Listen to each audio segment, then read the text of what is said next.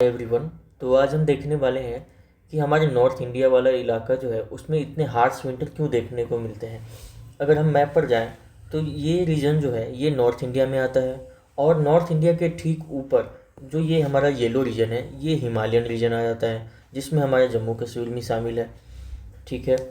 तो हिमालय का जो रीजन है वो हमें किस तरह प्रोटेक्ट करता है हार्श विंटर से, और हिमालय के होने के बावजूद हमें जो बिहार का इलाका हो गया, यूपी का इलाका हो गया, फिर यहाँ दिल्ली, पंजाब, हरियाणा और यहाँ जम्मू कश्मीर में इतने हार्श विंटर फिर भी हमें देखने को मिलते हैं क्यों, आखिर क्या रीज़न है। ठीक है। तो वो हम यहाँ पे अभी फाइंड आउट करेंगे। यहाँ सबसे पहले हम इंडिया का पोजीशन देखेंगे अर्थ और सन के पर्सपेक्टिव में। ये हमारा अर्थ हो जाएगा और ये हमारा सन है। तो अगर हम देखें इंडिया का, तो ये हमारा प्यारा सा छोटा सा इंडिया यहाँ पर है, जो कि कहाँ है, ट्रॉपिक ऑफ कैंसर के पास है। ठीक है, ट्रॉपिक ऑफ कैंसर। और जनवरी के टाइम में जो हमारा सन होता है वो उसका डायरेक्शन किस तरफ होता है, ट्रॉपिक ऑफ कैप्रिकॉर्न की तरफ इसका डायरेक्शन होता है। यानी कि कहने का ये मतलब है कि सनरेज जो होती है यहाँ पर सीधी जाती है। ठीक है, स्ट्रेट पाथ फॉलो करती है। वहीं अगर हम इंडिया पर अगर देखें तो ये स्लैंट रेज जाती है। स्लैंट रेज यानी तिरछी तिरछी रेखा।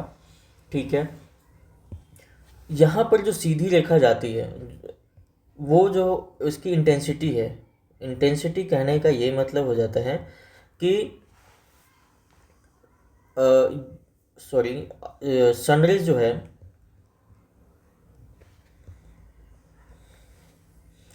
वो ज़्यादा मिलेगी यहाँ पे।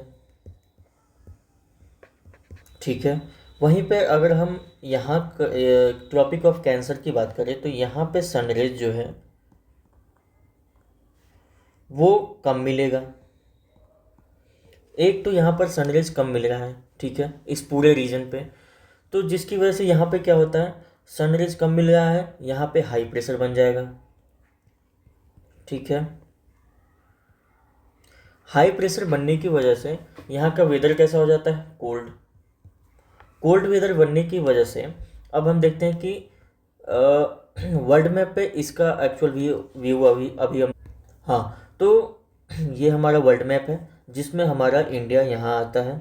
ठीक है, ये अपना इंडिया है। सॉरी, ये मार्क गलत हो गया, पर ये है अपना इंडिया। ठीक है, यहाँ पूरे रीजन पे बना हुआ है क्या, हाई प्रेशर बना हुआ है। इसकी वजह से क्या हो जाता है, यहाँ पे वेदर कैसा है, कोल्ड है। कोल्ड में भी कैसा, एक्सट्रीम कोल्ड है। ठीक है, टेम्परेचर यहाँ पे माइनस में भी जाता है। ठीक है, यहाँ पर रीजन है किसका, मैंने अभी जस्ट बताया था, यहाँ पे हिमालय है। तो ये कोल्ड वेदर जो है यहाँ का इस तरफ मूव करने लगता है। अगर आपको जियोग्राफी की बेसिक नॉलेज होगी तो आपको पता होगा कि कोल्ड एयर जो है वो मूव करती है किस तरफ, हॉट रीजन की तरफ। ठीक है, तो यहाँ पे हाई प्रेशर बना हुआ है, सनरेज मिलने की वजह से ये वाला जो एरिया है यहाँ लो प्रेशर बना हुआ है। लो प्रेशर है तो यहाँ का टेम्परेचर कैसा हो जाता है, ये हाई है। तो विंड जो मूव करती है वो इस रीजन से इस तरफ आना चाहती है। ठीक है, तो यहाँ पे बैरियर कौन मिल रहा है, हिमालय। हिमालय क्या है, बैरियर है कोल्ड विंड के लिए। तो ये क्या करता है, बहुत सारे कोल्ड विंड को रोक लेता है, जिसकी वजह से इस एरिया में बर्फबारी होनी शुरू हो जाती है। ठीक है, इसलिए हम देखते हैं कि जो हमारा ट्रांस हिमालयन रीजन है वहाँ पर क्या होता है, वहाँ पे हमें बर्फ़ ज़्यादा देखने को मिलता है। और अब हम थोड़ा और जूम करके बात करेंगे।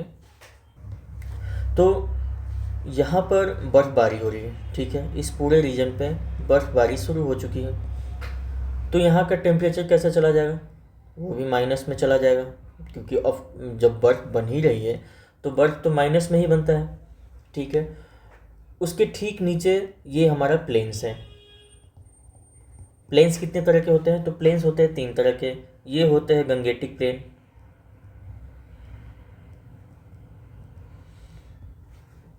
इधर इंडस का प्लेन है, और ये वाला जो रीजन आता है ये ब्रह्मपुत्र का प्लेन है।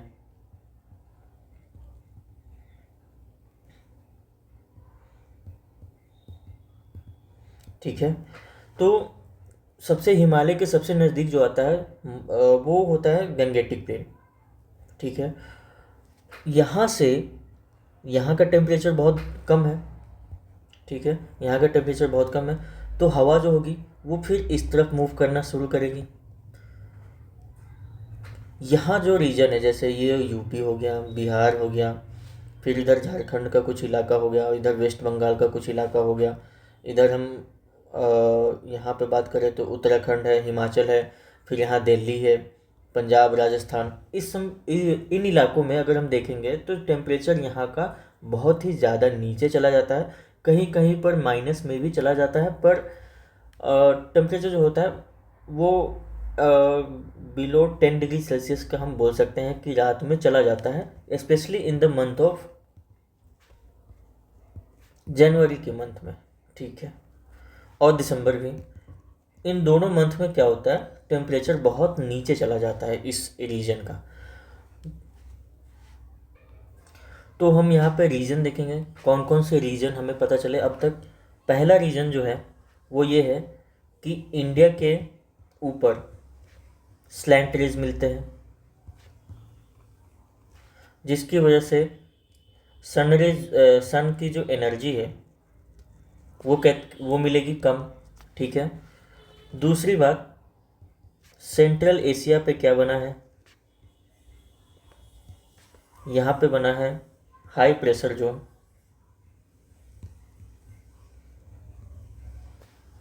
जिसकी वजह से यहाँ पे क्या बन गया, कोल्ड रीजन बना हुआ है पूरा का पूरा। तीसरी बात हमें ये पता चला कि कोल्ड एयर जो होता है वो मूव करता है किसके तरफ, हॉट एयर की तरफ। कोल्ड एयर कहना यहाँ गलत होगा, कोल्ड रीजन का जो एयर है वो मूव करता है किस तरफ, जो हॉट रीजन का एयर हो, हॉट रीजन की तरफ ये मूव करता है। ठीक है, तो कोल्ड एयर जो मूव कर रहा था उसको कौन रोक रहा है,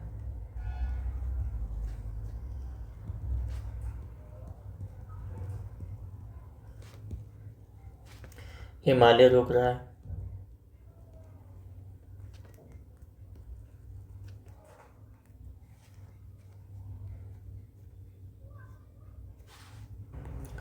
एक और रीज़न जो हम यहाँ पर अभी हम बात नहीं किए हैं वो ये है कि अगर हम ये सी देख रहे हैं, ठीक है, ये सी वाला रीजन है, सी का डिस्टेंस यहाँ से काफ़ी दूर है, दोनों तरफ से देखें तो काफ़ी दूर है, जिसकी वजह से सी का जो एयर है, सी की तरफ से जो इवेपोरेट होकर के जो एयर मूव करती है इस तरफ, वो यहाँ तक नहीं पहुँच पाती है इस रीजन के तक। ठीक है, जिसकी वजह से सी का इंटरफेरेंस बहुत कम है। अगर सी का इंटरफेरेंस होता तब क्या होता, इफ सी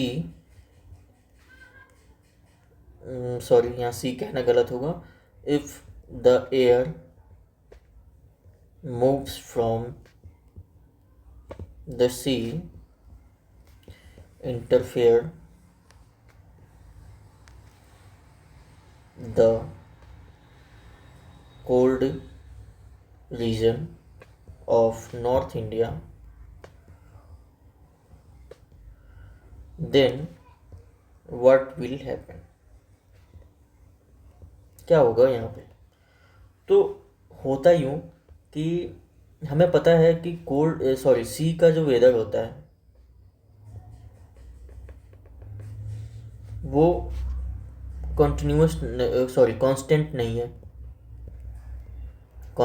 नहीं है, यानी कि हवा इस तरफ कभी मूव करती है,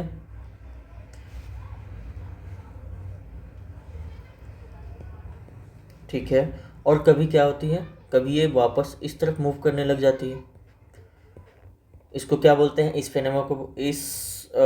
फिनोमेना को बोलते हैं हम लोग sea breeze and land breeze. अगर किसी को नहीं समझ में आता तो मैं नेक्स्ट वीडियो में बनाऊंगा, तो उसमें ये मैं समझा दूंगा कि सी ब्रीज और लैंड ब्रीज क्या होती है। ठीक है, तो इन दोनों की वजह से यहाँ का जो टेम्परेचर है वो क्या होता, एवरेज के आसपास रहता। एवरेज के आसपास कहने का ये मतलब है कि ये 20 से 25 डिग्री सेल्सियस के आसपास रहता। ठीक है, हमें सनलाइट भी ठीक ठाक देखने को मिलती। तो ये होता अगर हम अगर सी वेदर जो है इंटरफेरेंस करता इसमें, हमारे नॉर्थ इंडिया में। तो आपको एक और ख्याल आ रहा होगा कि अगर हिमालय है ही, तो हिमालय तो फिर भी ऊंचा है, और यहाँ से जो विंड आ रही है ये इसके ऊपर से ट्रैवल करके चली जाती, तो प्लेन्स में उतना असर होता ही नहीं हमारे पास। ठीक है, देखते हैं थोड़ा इमेज के थ्रू। ये हिमालय है, ये हिमालय का जो फुट हिल्स है उसके उसके उसी के पास क्या होती है, प्लेन्स होती है। कोल्ड एयर इस तरफ से आ रहा है, यहाँ पर क्या कर दिया इसने, स्नोफॉल कर दिया। स्नोफॉल करने के बाद यहाँ का जो टेम्परेचर है वो नीचे चला गया।